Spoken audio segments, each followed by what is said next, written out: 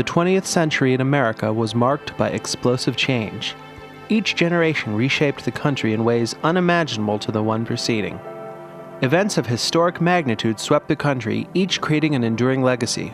World War I, World War II, the struggle against communism, the sexual revolution, and the quest for civil rights that would forever change the social fabric of the United States. This is a brief history of the struggle for civil rights in America and how it affected pirates.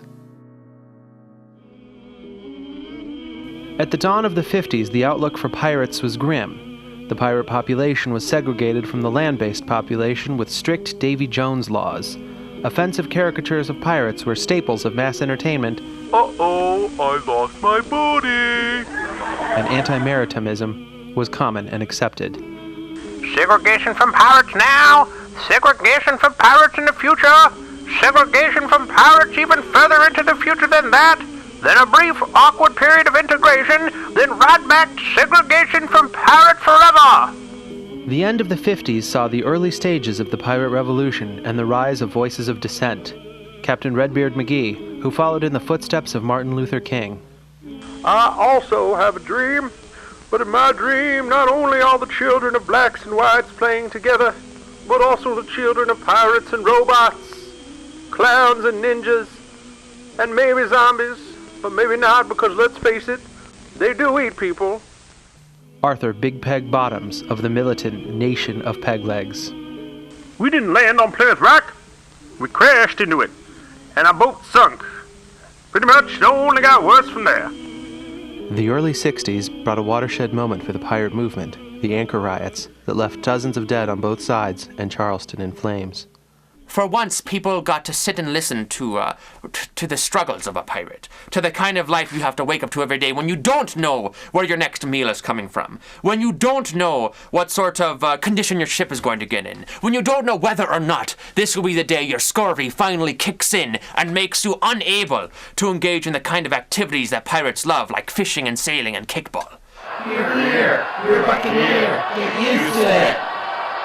The lubbers who write the history in the future will realize that this was a turning point when they finally began to see the world from pirate eyes.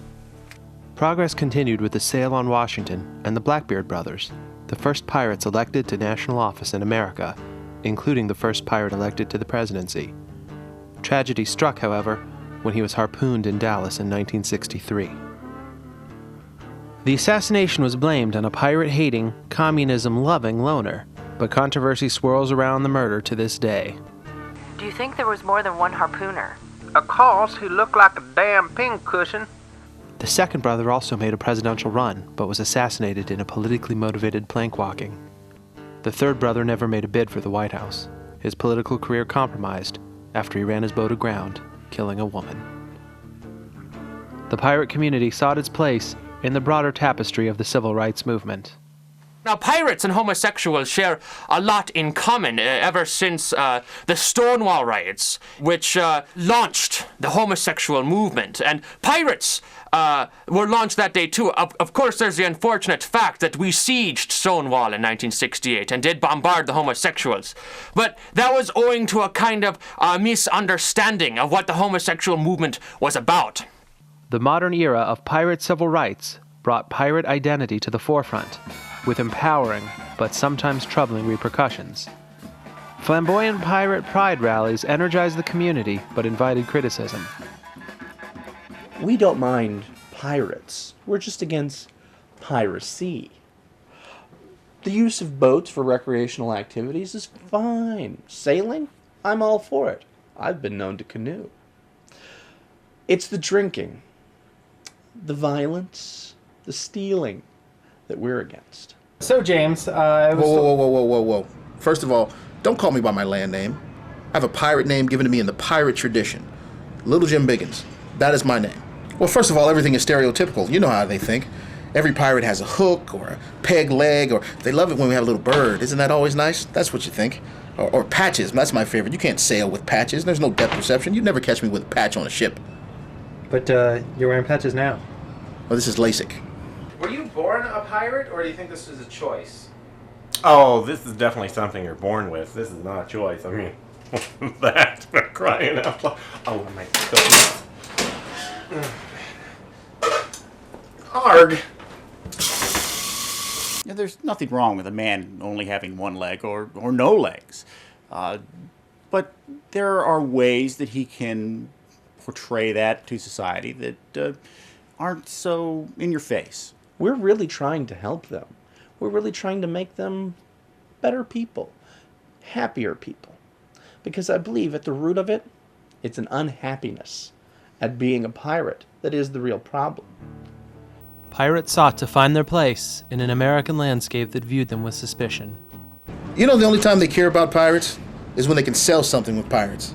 You don't want to sell thigh-high boots? Bring in the pirates. You want to sell puffy shirts? Hey, let's do an episode of Seinfeld. Bring in the pirates. Huh? You want to sell fish and chips? Call in Long John Silver's. Then it's time for the pirates. You need a mascot for your team? Well, we got pirates, don't we? We got your Raiders or your, Buccaneers? What did you call me? I own a chain of hardware stores here in town. Steverson's Hardware. You may have heard of us. We employ a maritime American. Now, occasionally things come up missing. One of our stores burned down. A few of the female clerks were raped, the cash register pillaged, parrot poop all over the place. Constantly broom handles are being broken off for replacement peg legs. We don't accuse him. It may not be him. It may be the Jew. The future of the relationship between land and sea is still unknown, though much cynicism remains. The powers that be, they're never going to give us what we need, so we're going to have to turn back the clock. Complete separation. Landlubbers and pirates. There's going to be a war one day, and at the end, there's only going to be one of us to survive. And I'm telling you, it's not going to be the landlubbers. I think there'll always be some amount of conflict between the two. I mean, you can't place law-abiding, law-breaking cultures next to each other and not expect some amount of conflict, but I don't think it's anything that we can't use to grow on. The conflict can be used to build a stronger America. I think it'll end in a bloody, violent, fiery conflict with the loss of many, many lives, the burning of ships, the destruction of towns. In the end, only one of us will remain, and I don't think it'll be the pirates. Yet despite pessimism, hopeful signs of a peaceful future yet exist. Raj, as I understand it, you're actually in a relationship with a land-based American with a non-pirate. Landlubber. It's Darling. He's the lubber of my life. In the immortal words of Horatio the Skullsplitter, anchors away, brothers and sisters. Throw your anchors away.